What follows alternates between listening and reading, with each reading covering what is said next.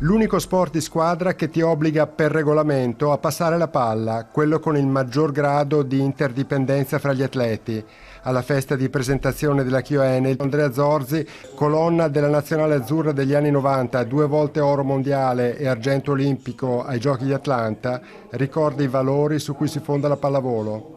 La pallavolo moderna è chiaramente qualcosa di molto diverso rispetto al passato. Ciò che mi colpisce in questo momento è la prestanza fisica a livello maschile e femminile, e questo aspetto mi colpisce moltissimo perché penso che la pallavolo sia l'unico sport di squadra in cui uomini e donne sono allo stesso livello, e questo è un grande valore, è un valore moderno, è qualcosa che rappresenta la pallavolo più di altri sport. Valori ben interpretati dalla Pallavolo Padova, che dopo il buon risultato della scorsa stagione cerca conferme. Abbiamo fatto una buona preparazione, però come più o meno tutte le altre squadre, non a ranghi completi, e quindi credo che non solo noi ma un po' tutti partano un po' a fari spenti. Punto di forza resta il radicamento sul territorio, l'investimento nel settore giovanile, le radici che permettono di guardare alla stagione con fiducia. Abbiamo fatto una squadra che pensiamo di fare bene. Per noi sarebbe già ottimo fare come l'anno scorso, entrare intanto nei playoff e poi divertirci. L'anno scorso ci siamo divertiti, il nostro obiettivo è sempre quello di divertirsi.